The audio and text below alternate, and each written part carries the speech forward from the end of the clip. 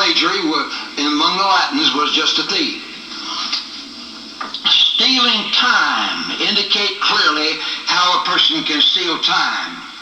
One is by underpaying servants. Many employers are stealing time by underpaying their servants. And I realize you take all this thing of unions and everything. If I were in a place there, I'd be awfully careful before I joined a union. Because it seems to me it's an unequal yoke with unbelievers. I know some who are in it use it in a different way, and they have their own way. But for me, I'd be on the line if I joined a union. See, you've got to join a union to get the right pay. No, you don't. If you seek first the kingdom of God and His righteousness, all these things shall be added unto you. See, it's too bad we have to have unions, but in our society we have them because so many will underpay their servants. You know, there are a lot of people who have servants in their home, and this is an interesting thing, and I think a tragic thing. For instance, some who do babysitting have said that when they do babysitting in real nice homes, where they have nice furniture and nice clothes and everything, that often those people don't pay as well as poorer people do when they do the babysitting. It's stealing. It's stealing. And sometimes people say, any servant you have will steal from you. That isn't fully true. But it is true that many servants will steal from you. But it's also true that many employers are stealing from their employees by not paying enough. And we have to be awfully careful on those things. I know we had a maid who worked in our home just one day a week over a period of about, I think she told me one time she'd been with us 30 years, and 25 or 30 years. And my wife was so very careful in overpaying her. At one time I said, well, now let's just raise what we give her there and then not have her take things home that my wife would give to her. Well, that didn't work, because if you knew my wife, you know that wouldn't work. Because she'd trot her away, pay her more, you know, and then trot her away with a lot of other things in the house. Well, I told my wife sometime, look how much of my salary goes for this. But I'm awful glad she did it. Because we didn't steal, I'm telling you that. And you say, well, you ought to give that to the Lord's work. Well, the Lord has to guide about those things. But you know, I reached a time in my giving where now I don't give as much to foreign missions as I used to.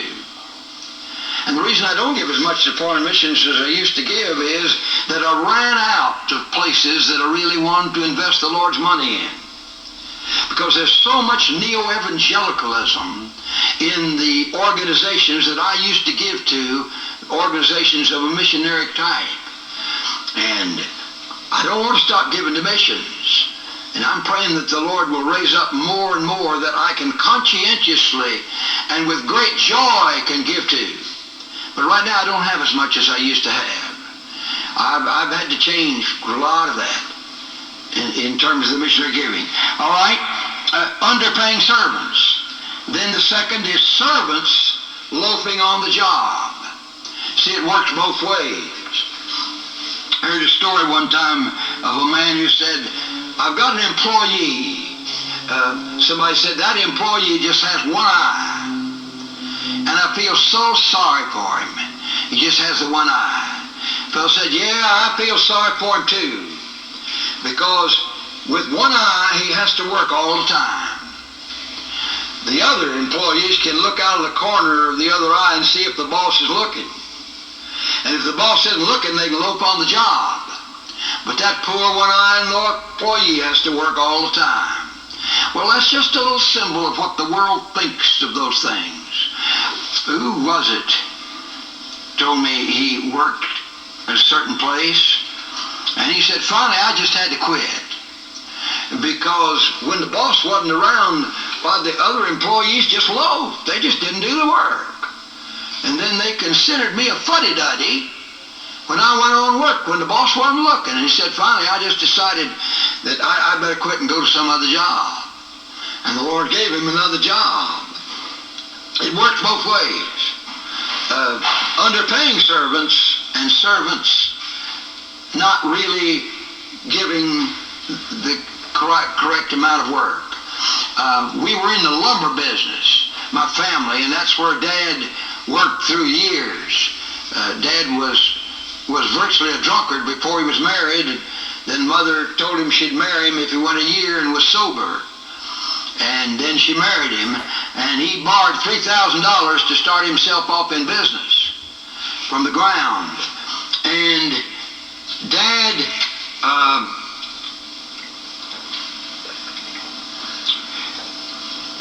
what was I going to say? Yeah, he'll be employed. But he was so very careful on that. Man, he was very careful on it. He had a reputation of really paying enough and paying more than enough. But there was something else I was going to say, and it must not have been too important. Your dad is starting month $43,000. Yeah, I got that, but must not be too important, so let's come to the next. The third is wasting time. Wasting time through lack of preparation. That's not only stealing the Lord, but that's stealing from the congregation. If I come to a class, I've wasted my time and I'm not thoroughly prepared for the class. I'm stealing time. You know, if somebody has a congregation of 500 people, think of all those 500 times 30 minutes, man-hours, that are being stolen. That's a very common thing. And so that's why every preacher needs to pray carefully about this, that God will cause him to give the amount of time he ought to give to the preparation of his sermons. I told you about my dad's example on that, his Sunday school lesson, reading it over on Sunday. But all through the week, the preacher keeping that before the Lord. And then he'll find those things will mature in his mind, as I've been bringing Jude to a climax now for this week up at Saluda, North Carolina. So many things have come to me as I've just walked around, moved from one place to another. And they've just, lots of what I've given in the past, but it's in a new context, and it's better organized. And I trust it's something the Lord's given me that I can use a lot in conference work and that sort of thing. But if I'm not well prepared, I'm stealing time from my congregation. Sunday school teacher, I know when I used to teach a Sunday school class, sometimes I prepared my Sunday school class pretty much while I was on the way to Sunday school. Well, no wonder I had trouble disciplining those ornery brats. Well, I had trouble disciplining. I better discipline myself to study more. Because oftentimes, if you're not well prepared, you just have that much more difficulty in keeping attention to what you're about to say for the Lord. That's stealing time. Then past stealing. We close with that last time. Why is it true that past tense stealing is present tense stealing unless restitution is made? It's true because past tense stealing has a present continuance.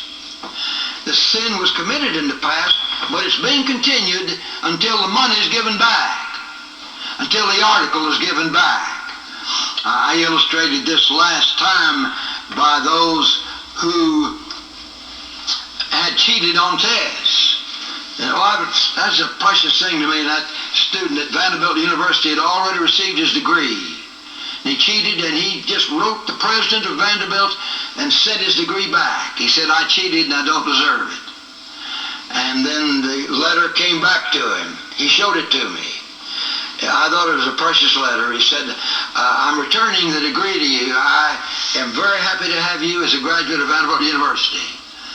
He had sense enough to know that a lot of others had cheated, but they weren't going to make it right. And he could never catch up with them. But here was a person who was right on those things, and he was mighty glad to have him as a graduate of Vanderbilt University. Don't forget, students, if you've cheated at this school or some other school before you came here, you're still cheating until you make it right, because it's on the record of those schools that you cheated. And unless you make it right, you're still cheating. You're telling a lie about your grade and saying it was a B plus when it wasn't a B plus, or saying it's a B when it wasn't a B. It was something less than that. I'm giving you several illustrations of this.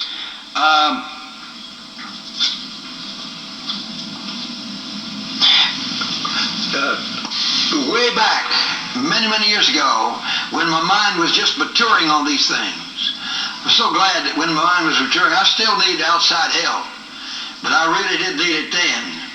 One student came to me and said, I was with a group of fellows. We considered ourselves to be tough guys. So we broke into a place. He said, I didn't break in, but I kept the car and ready to go away at any minute. And my booty on that was about $15 from what they stole. And he said, I had just thought, well, I'm a Christian. God's forgiven it. God's forgiven it, but that doesn't mean I don't still owe it to man. See, if I'd borrowed that before I became a Christian, I'd still owe it whether I become a Christian or not. And he said, I think I still owe that. I said, if you don't mind, without mentioning your name, I'd like to go in and talk to Dr. McQuilkin about it. And he said that'd be fine, so I went in without mentioning the student's name, and I said, what about it? He said, well, of course he owes it, but Frank, remind him he owes interest also. Sure, he owes interest. Because see, if they'd had that money, they could have invested that with extra interest. With extra interest. And that was a new one to me. But I believe it's right on that. One student came to me after we'd gone into this. So I had a lot of responses from the students. Some of them right in class. They were just making a full breast of it. I did this. What should I do? Some of them were doing it quietly in my office. One of them said, I was with a group of fellows and we stole some strawberries. And of course, can't give them back because I've eaten the strawberries. But he said, the man came and fired his gun up in the air and scared us to death, and we ran off. But he said, what should I do about that? And I said to him, you're going home for the spring holidays real soon. He was. It was right before the spring holidays. He said, why don't you go to the man and just tell him you did it and estimate approximately the cost of the strawberries. His estimate was he'd eaten $2.50 worth of strawberries. He was not only a thief, he was also a glutton, see. He ate $2.50 worth of the man's strawberries. So he went to him as soon as he went back. And he said, I was in the group, you fired your gun up there and scared us to death. And I realized that I owe you this. I just estimated, it's just an estimate, about $2.50.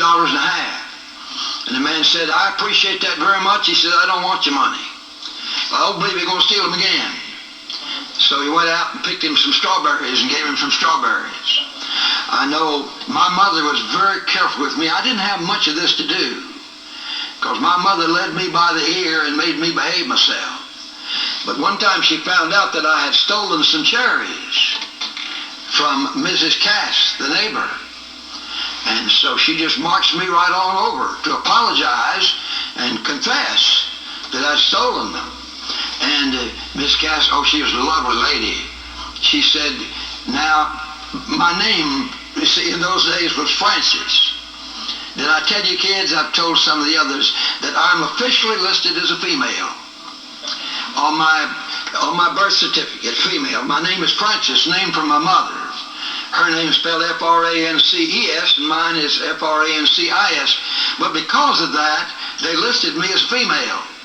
And so Miss Cass called me Francis and said, now, Francis, dear, don't do that again. Now, if you want some cherries, you come and I'll pick them for you and give them to you. but don't you take them like that. And then she sent me back with a great big pail full of them. I felt like a heel. You know, after I'd climbed up there and stolen her cherries, she sent me back home with a great big bucket full of cherries. But, so I haven't done much of that, because my mother saw to it. She usually, for something like that, she wouldn't have spanked me because she wasn't strong enough. She let Dad do that.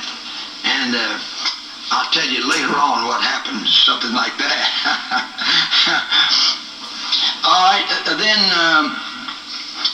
here's another one.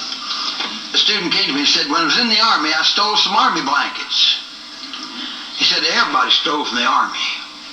The fellow, well, why? We were just buck privates. And after all, we worked and we didn't get anything in the way of wages. And we earned all those blankets and all. So I just stole some of the blankets. And I said, well, can you give them back? He said, no. He said, I gave them to one of my relatives, and the relative won't give them back. See? What you gonna do? So, I forget the exact details, but he contacted someone who was in the Army, that type of an occupation. And he said to him, I don't know what to do. The person won't give the Army blankets back. He said, now I tell you, I'll estimate approximately what they cost us. Said, I can't take anything from you because we've closed our books on that a long time ago.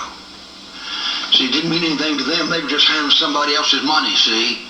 And politicians do that too. You know, they're very generous in giving other people's money away and all that kind of thing.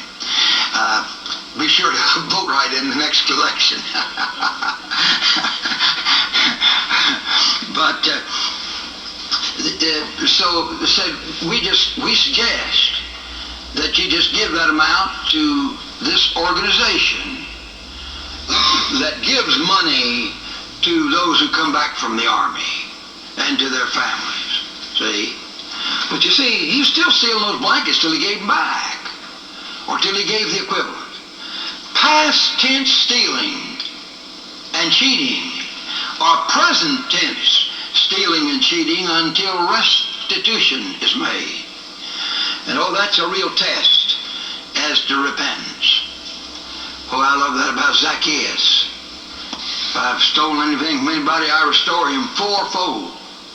That was way above what the Old Testament law had required. And you know, if Zacchaeus really followed that thing through, I don't believe he had anything left. Because he was a publican, chief publican, very rich. Very rich. And he just lived on dishonesty by overtaxing the people.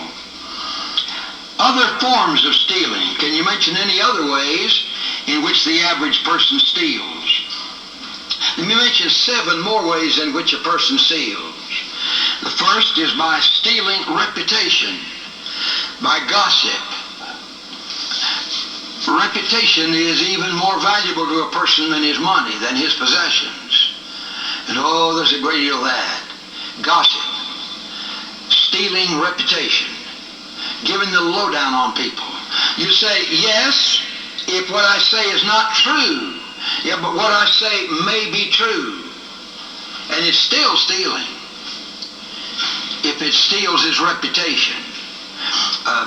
Somebody years ago gave me this rule, something not to say about a person. You say, is it true? Is it kind? Is it necessary? You see, when you're in an official position, sometimes in an official position, you're going to have to tell some things because you're in an official position. But oh, I tell you, most of what we do on that's not in an official position. You know, it's possible to have a prayer meeting that's nothing in the world but a gossip session. Say, all right, now tell me the details so I can pray intelligently. Yeah, so I can gossip unintelligibly about the person. Stealing reputation by gossip. And oh, how much of that is. See, if it's a lie, then that's certainly a stealing. But it can be true and still be stealing reputation because it isn't necessary, it isn't true, it isn't kind. Then the second is harmful pranks. Harmful pranks are stealing. Halloween comes now in just a short time, a week from Wednesday, October 31st. And I don't know whether they used to tear up more Jack than they do now or not, but it seemed to me they did. Well, a fellow told me when I was back in 1940-41 doing work in the public schools over in Sullivan County near my hometown of Johnson City, Tennessee, that a fellow came out on November 1st and looked up on the top of his barn, and there was his wagon right up on the top of the barn. Anyway, what happened was that it had a good many people participating in it, and they dismantled the wagon and then passed the different parts up, and then the man up on the top had put them all together again. Think of all that time they spent. And people would come, I don't know how long it took that man to get down there. But see, they stole his time. All that time, and really endangered his life, getting up on that barn and everything. There used to be an awful lot of that. The World's Fair closed in New York on Halloween, 1940. Oh, they realized later they shouldn't have closed it on Halloween because everybody helped himself. And they just marched in with a Halloween celebration, and they just dismantled all those shops and everything. Stealing, sure. Harmful pranks. After I graduated from Columbia Bible College, I spent 1 year at King College near my home in East Tennessee, and one of the favorite occupations of the fellows was getting up on the 3rd floor of the building, filling a paper bag full of water, and then dropping it on somebody as he came along. Boy, it would not only mean an extra bill at the dry cleaners, but it would probably mean look out for your head, because if you want to get hurt, you let a big bag of water come down on your head all at once, and you see what happens. An awful lot of harmful pranks. And so many students in the schools, why, harmful pranks? Why, sure, I see some of you laughing a little bit. Have you brats been doing this? Tell me later what you laugh about, because, you know, a woman's curious, but a man, of course, isn't curious. He calls it something else, but you tell me later on what you're laughing about. All right, harmful pranks. Then the third is stealing affections. A girl steals the affections of one girl, one fellow from another girl, or one girl from another fella. Well, that's a very common thing, particularly among young people. Stealing affections. The fourth is proselyting. I'll spell the word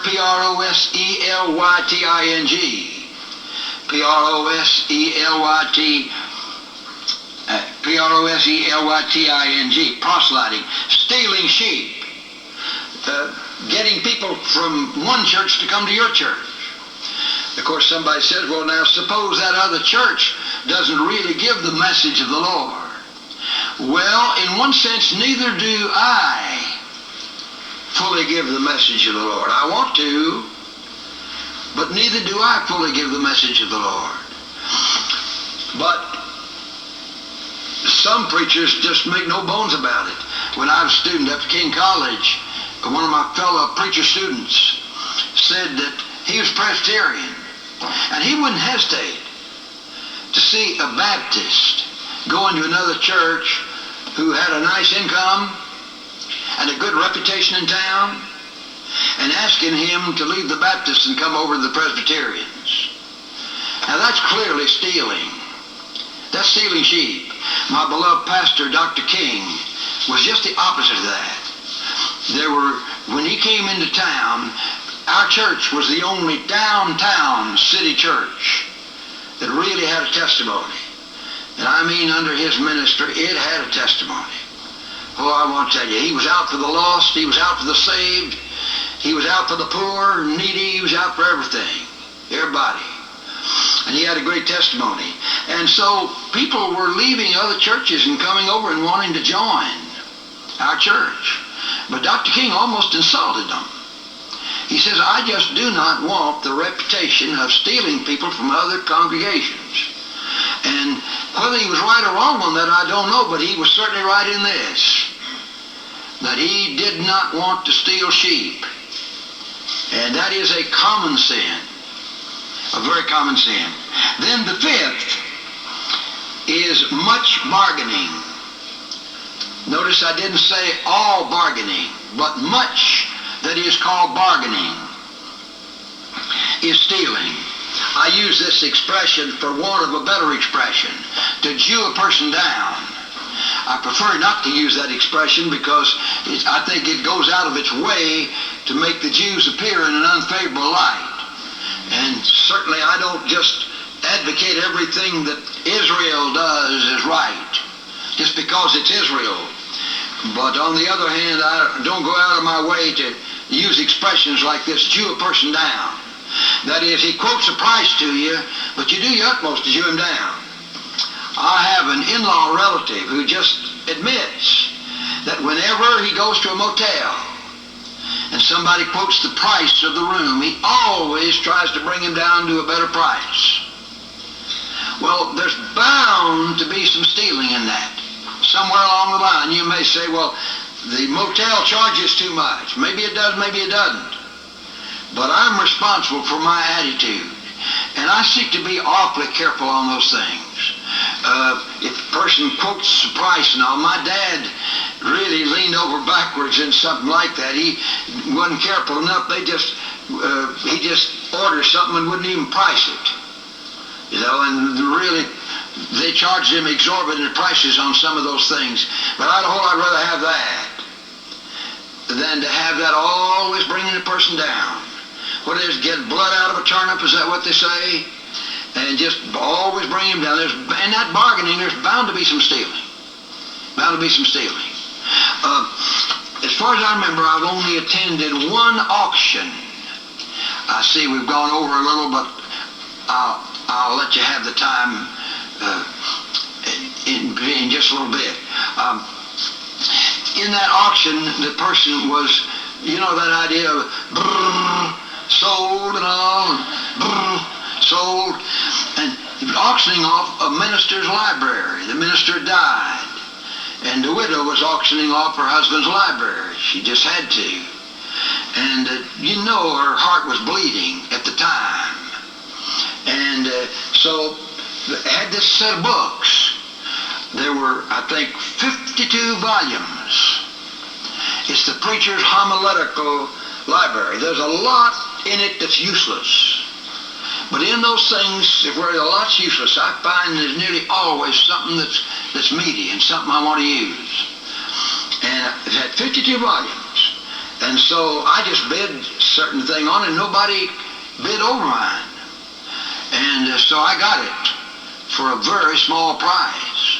But my conscience wouldn't let me stay there. Here's this widow, her heart was bleeding and auctioning off the library, and so I just went over and offered the man something more. I don't know, I think maybe I offered him $15 more.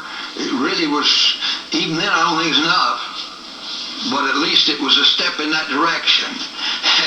At the close I kind of wished I hadn't done it because the lady had her feelings on edge, so she almost insulted me.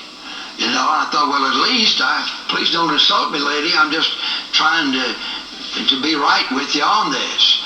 But it's so many have that reputation. Boy, if you want to get the best price on something, you'll ask him.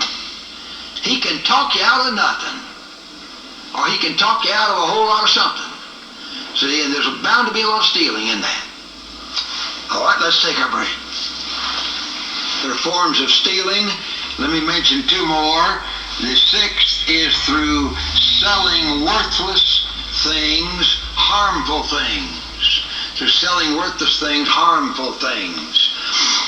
Sometimes a thing may be worthless to you, and yet it may mean something to somebody else.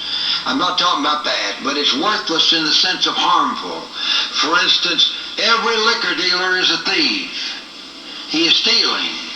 He's selling liquor, and that's not only not worth what he gets for it, but it's worth a whole lot less than nothing. It's harmful. Everyone who sells beer and gets money for it, everyone who sells cigarettes and gets money for it is stealing.